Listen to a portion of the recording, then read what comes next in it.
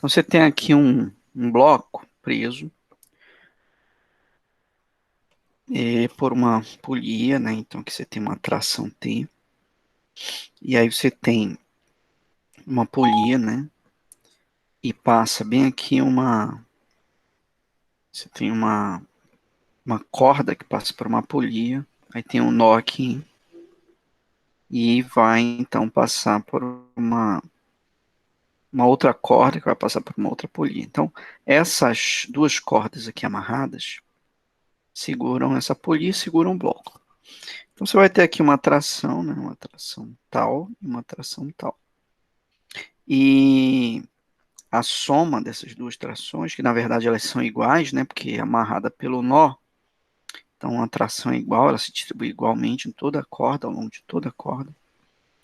Então, como essa polia está em equilíbrio, a soma dessas duas cordas tem que ser igual a essa tração aqui, né? Ou seja, a tração pequena, ela é metade da tração grande. E a tração grande é igual ao peso, né? mg aqui do bloco. Certo? Essa é a primeira situação. Na segunda situação, esse bloco ele é quebrado no meio depois. Ele se parte em duas massas. E essas massas aqui são diferentes, né? Mas a soma delas tem que ser a massa inicial, tem que ser o mg inicial. Certo? Então, essa é a situação. Agora vamos à pergunta, né, do problema. Diz assim, a figura, a corda 1 tem uma massa específica de 3 gramas por metro cúbico, a corda 2 tem uma massa específica de 5 gramas por metro cúbico, as cordas estão submetidas à tensão produzida por um bloco suspenso de massa m, essa é a massa total, né? Calcule a velocidade da onda, letra A na corda 1 e letra B na corda 2. Certo? Então, vamos parar aqui e resolver a letra A e B, que é bem facinho, que é essa situação aqui. Então, letra A, você quer a velocidade, né, na corda 1, que é igual a tração sobre a densidade, né? Só que a tração na corda 1, eu falei para vocês que é a metade dessa tração grande aqui. Essa tração pequena é metade da grande, né? E a grande é mg. Então, a metade vai ser mg sobre 2, certo? Repete aqui a densidade. Você vai ter, então, a velocidade de propagação V1 na corda 1, que é 28 metros por segundo. Ok? Vou colocar a unidade aqui, metros por segundo. Aí você vai agora para a letra B, que é a mesma coisa na corda 2, né? Tração sobre a densidade, a raiz disso. A tração é a metade, né, do peso do bloco, então tem que ter um 2 aqui. E repete a densidade 2, no caso, né, mais a densidade 1. Quando você resolve isso, você vai ter 22 metros por segundo, ou seja, a velocidade é mais lenta do som na corda 1 do que na corda 2. Certo? Então, essas são as letras A e B, bem simplesinho. Aí ele diz agora, sugestão, não precisa, né? A sugestão já foi resolvida A e B. Em seguida, o bloco é dividido, em dois. M1 mais M2 igual a M total. E o sistema é montado como na figura. Determine M1 e M2, né? Letra C, M1 e letra D, M2. Para que as velocidades das ondas nas duas cordas sejam iguais, ou seja, para que V1 seja igual a V2 no segundo caso, certo? Então, aí a gente vai agora mostrar aqui o segundo caso, né? Você tem o bloco aqui dividido, só que agora a diferença é que V1 é igual a V2, quer dizer o quê? Que as trações são diferentes. Tração 1 não é mais igual a tração 2. Tá ok? Ok.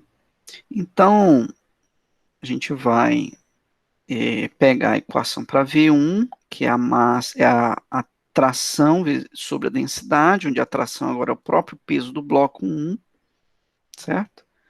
E a velocidade 2, também a tração sobre a densidade, onde a tração é o próprio peso do bloco 2. E essas coisas, elas têm que ser iguais, né? Então, eu posso dizer assim, para ficar mais claro, né? Eu posso apagar aqui e fazer só um sinal de igualdade aqui. Isso aqui tem que ser igual, por quê? Porque V1 é igual a V2. De modo que eu posso tirar e elevar ao quadrado dos dois lados para tirar a raiz, né? Vai sobrar esse termo aqui desse lado e esse termo aqui do outro lado. Onde M2 aqui eu substituí pela subtração da massa total menos M1, certo? Lembra que M1 mais M2 é a massa total. Então, M2 vai ser substituído pela massa total menos M1. E aí, eu coloquei tudo em função de M1 agora. Fica mais fácil de resolver. Para M1, no caso, né? Eu quero encontrar M1, certo? Então, eu vou pegar e desenvolver agora, multiplicar gravidade vezes Mzão, gravidade vezes M1, vai ficar dessa maneira aqui, do outro lado, né? Vai ficar dois termos.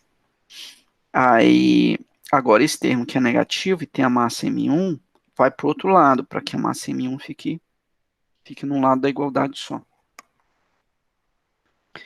E aqui vai ficar, então, os dois termos, né, da massa M1, e aqui o termo da massa M, onde agora a gravidade pode sair, certo? E a massa M1 pode entrar em evidência do lado esquerdo da igualdade, né? Ficando só 1 sobre μ1 e 1 sobre μ2, que são as densidades, né? Do lado, dentro do parêntese. E aqui fica mzão sobre densidade 2. Tudo bem, agora o que eu posso fazer é multiplicar isso por μ2, de modo que corta μ2 aqui, do outro lado corta também aqui, e aqui vai aparecer um μ2 em cima, multiplicando. Então vai ficar μ2 sobre μ1, aqui vai ficar 1, né? E aqui o μ2 sumiu aqui embaixo, que é só a massa mesmo. E eu quero a massa 1 do bloco 1, então esse termo que está multiplicando, ele vai dividindo aqui o m. Vai ficar m sobre esse termo, né? Onde agora eu tenho todos os elementos. Eu tenho a massa do bloco total e tenho as densidades, de modo que eu calculo a massa do bloco 1 como sendo 188 gramas desse pedaço aqui 1. Para calcular o M2, eu pego a massa total e subtraio da massa 1, certo? Então, vai ficar a massa total menos a massa 1, que nós achamos, né? Vai ser a massa 2, que vai ser igual a 313 gramas. Também não é um problema complicado, é um problema simples. Tudo bem, então a gente encerra aqui essa parte da velocidade do som na corda, e nós passamos para uma outra propriedade do som na corda, que é a equação de onda, né? A gente vai usar a corda como elemento para entender da onde surge, né, a equação de onda. A equação de onda, para quem não conhece, é essa equação aqui. A gente não, no segundo grau, não usa muita equação de onda, nós só usamos o resultado dela, né, que é a solução senoidal, ou seja, amplitude como função aí do seno de kx menos ômega t. Ninguém se preocupa resolver a equação de movimento para chegar aqui, normalmente no ensino médio. Então é isso que a gente vai fazer agora. Então essa equação, toda função que tem uma dependência do tipo kx menos ômega t é solução dessa equação. Lembra que eu falei para você que qualquer função h, né, que seja que tenha um argumento do tipo kx menos ômega t é uma função que se propaga no tempo, pode nem ser periódica, mas se propaga no tempo. E se propaga no tempo, é a solução dessa equação aqui. É fácil mostrar que é a solução. Certo? Então, por exemplo, dei dois exemplos aqui, né? Uma função senoidal, que é bem conhecida, e uma função exponencial, que é conhecida como onda plana. As duas são soluções da equação de onda porque o argumento, né, é obedece aqui à condição que nós queremos para ter solução da equação de onda, tá bom?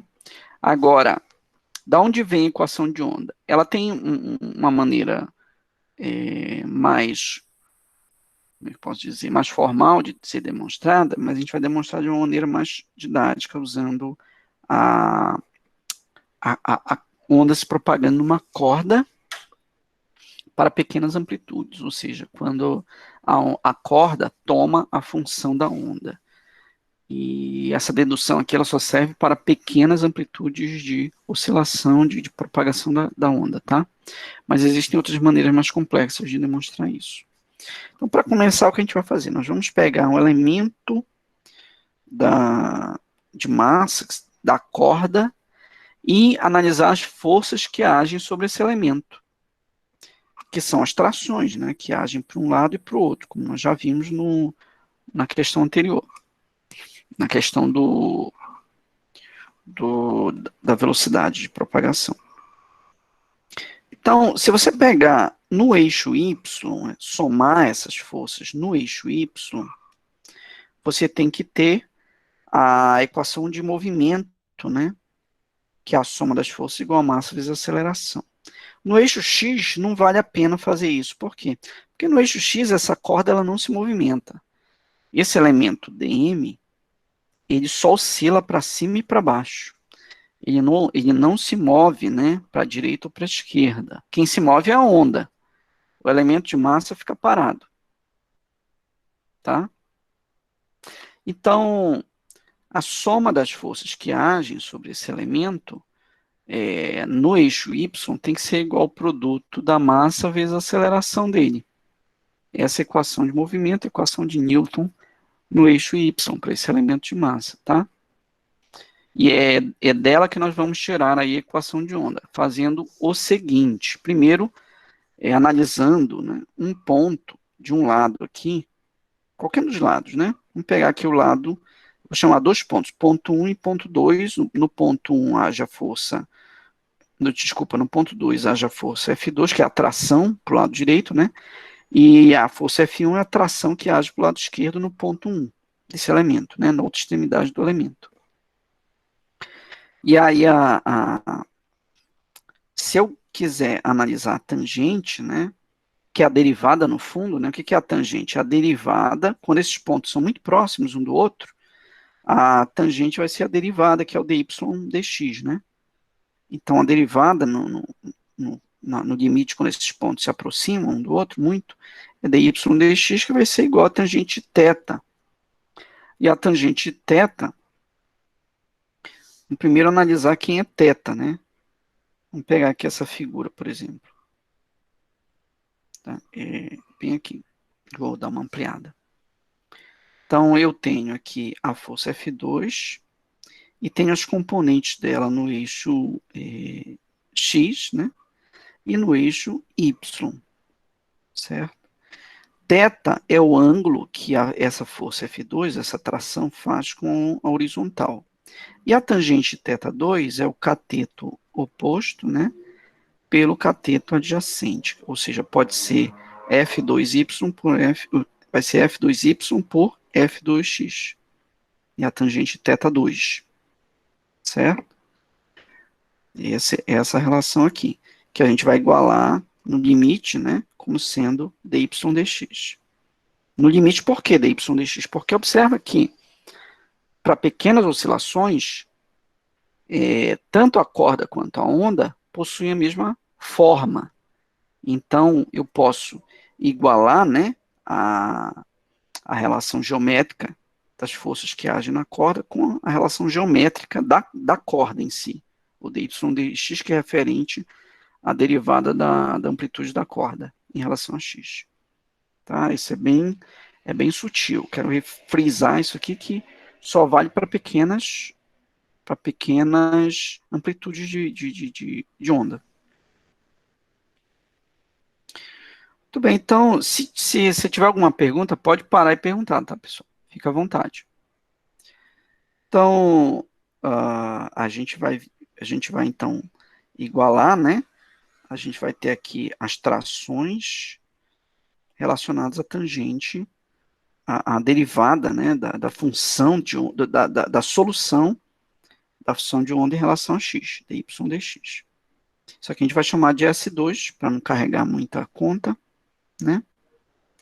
E então, eu vou pegar agora esse termo aqui e jogar multiplicando para o lado de lá. Vai ficar f2x vezes a derivada no ponto 2, né? Observa que isso aqui tudo em relação ao ponto 2. Então, essa derivada eu estou chamando de S2, e a tração, né? O f2x para o lado direito da corda, eu vou chamar de tal, que é a tração, de fato, é a tração na corda. Então, já tenho aqui a força e a derivada, né? Então, vai ficar dessa maneira. F2y, ou seja, a tração, né? Em y é igual, ou melhor, F2y, a força em y, que age na corda em y, para cima, né? Igual a tração vezes S2. Tá? Da mesma forma, eu posso fazer a mesma análise para o ponto 1. Tudo que eu fiz aqui para o ponto 2, eu posso fazer aqui para o ponto 1. Né? Pegar F1x por F1y, certo? F1x por F1y, e igualar essas forças, né? Com a derivada no ponto 1, certo? E fazendo tudo igualzinho, a gente vai ter também uma relação parecida, né? Cadê? Desculpa. Vai ter também que a força que age no ponto 1 em y tem que ser igual a produto da tração vezes a derivada de y no ponto 1. Certo? Então, eu tenho a força em y para cima e a força em y para baixo. Agora, voltando para a equação 1, se lembrar, a equação 1 é a equação de movimento.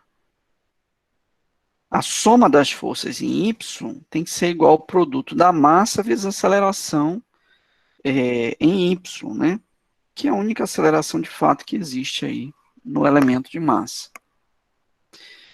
E aí, então, eu vou substituir, né, essas relações aqui que eu achei. Vou colocar F2y aqui e F1y aqui, né? E vai ficar, então, dessa forma. A força que age para cima menos a força que age para baixo, igual a massa vezes a aceleração do elemento de massa da corda. A massa do elemento de corda vai ser a densidade vezes o comprimento dele, onde eu estou considerando dx porque é um elemento muito pequeno, e a aceleração no eixo y é a derivada segunda da posição, né, em relação ao tempo, como bem conhecemos. E aí a gente, então, pode colocar a tração em evidência, porque a tração que age no ponto 1, na direção horizontal, né, é igual a tração que age no ponto 2 na direção horizontal, porque o elemento de massa, ele não anda, né, ele não anda, não se desloca na direção horizontal, ele só se desloca na direção vertical, então essa tração é igual a essa. Aí eu coloco em evidência. E aí vai ficar só aqui a diferença das derivadas, né? A derivada no ponto 1 e a derivada no ponto 2 em relação a x. Certo? Então aqui tem um dx, pessoal. Esse dx aí vem para cá.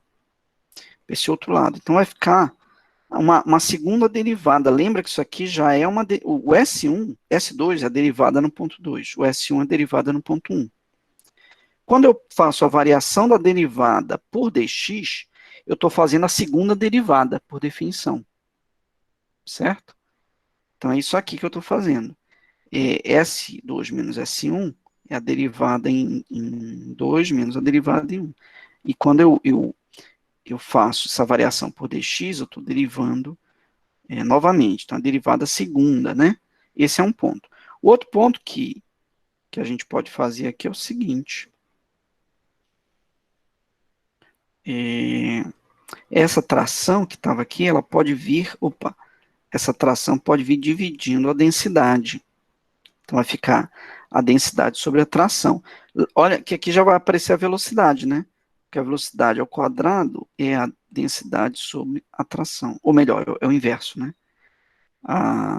Lembra que a velocidade é a raiz de tal sobre mi.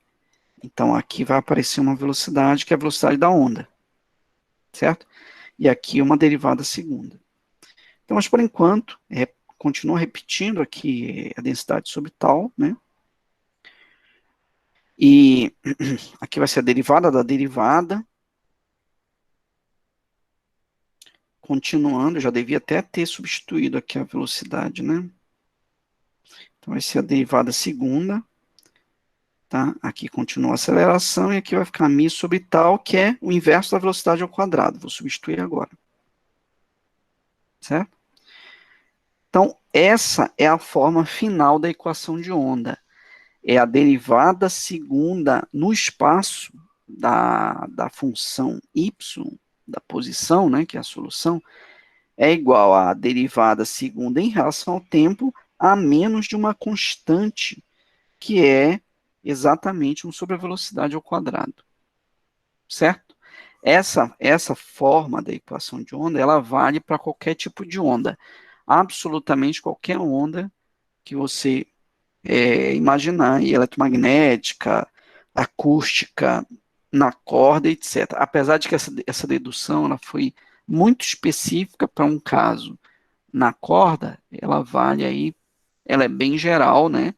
E é por isso a importância aí dessa dedução, certo? Então, por exemplo, se você pegar essa função aqui, se você derivar duas vezes em x e colocar do lado de cá, e derivar duas vezes em t e colocar do lado de cá, ela deve obedecer a equação diferencial aí. Tá? Outra particularidade, existe uma maneira de relacionar a própria equação de Schrödinger com essa forma, né? Então, a própria equação de Schrödinger, ela é uma equação de onda para mecânica quântica que obedece aí essa relação. De alguma maneira, você pode correlacionar. Uma aplicação bem rapidinho é a seguinte, ó.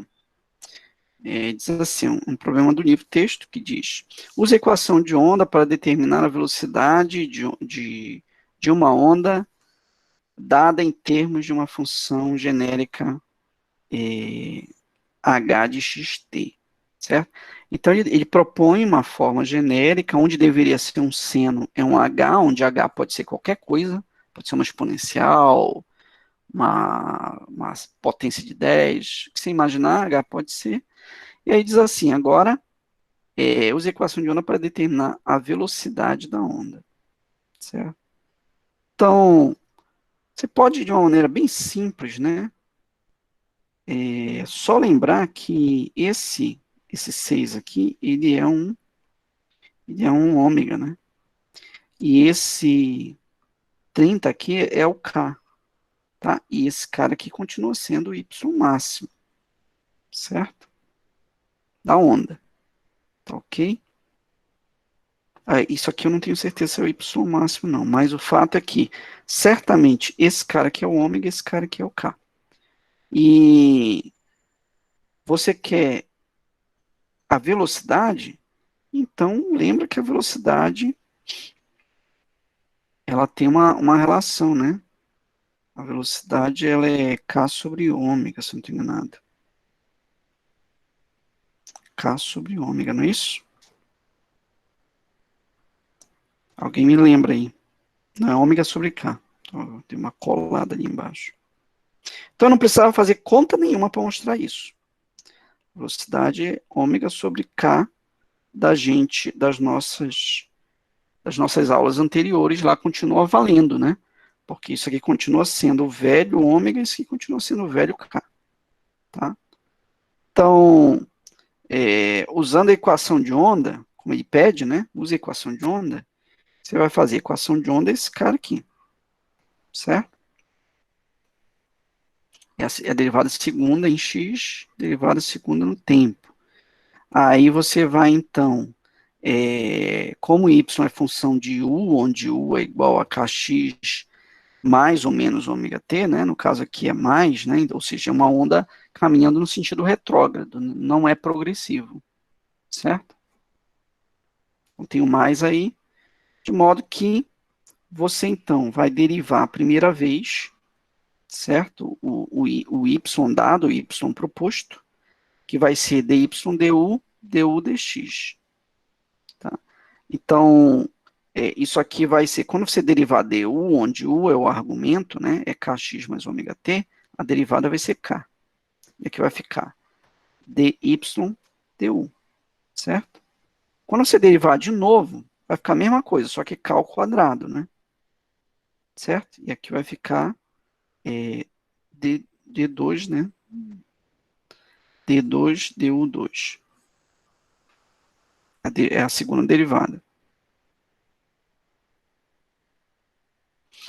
E aí, então, você vai fazer a mesma coisa com o tempo, né? Quando você derivar duas vezes em relação ao tempo, o y vai ficar ômega ao quadrado d2y du2 também, certo? Aí você, então, vai substituir agora essa derivada, ou melhor, essa derivada, né, e essa derivada aqui na equação de onda, tá? Você vai pegar aqui a segunda derivada, desculpa, a segunda derivada em relação a x, né, vai ser 1 sobre v quadrado, segunda derivada em relação ao tempo, certo? Vou colocar para ficar mais didático, 1 sobre v quadrado, segunda derivada em relação ao tempo. Aí você sai cortando agora, né? Corta esse termo aqui, essa derivada segunda sai com essa, e sobra, então, os termos quadrados. V quadrado igual a ômega ao quadrado sobre K ao quadrado, ou seja, V igual a ômega sobre K. Observa que em nenhum momento a gente falou qual era a onda, se era eletromagnética, se era mecânica, se era acústica. Nós não dizemos nós não falamos qual era a forma da onda, se era senoidal, cossenoidal, nada. Isso aqui é um resultado universal e vale para qualquer onda. Certo? Então, pessoal, alguma pergunta aqui sobre esse exercício? Não, né? Não. Até agora não. Tá bom.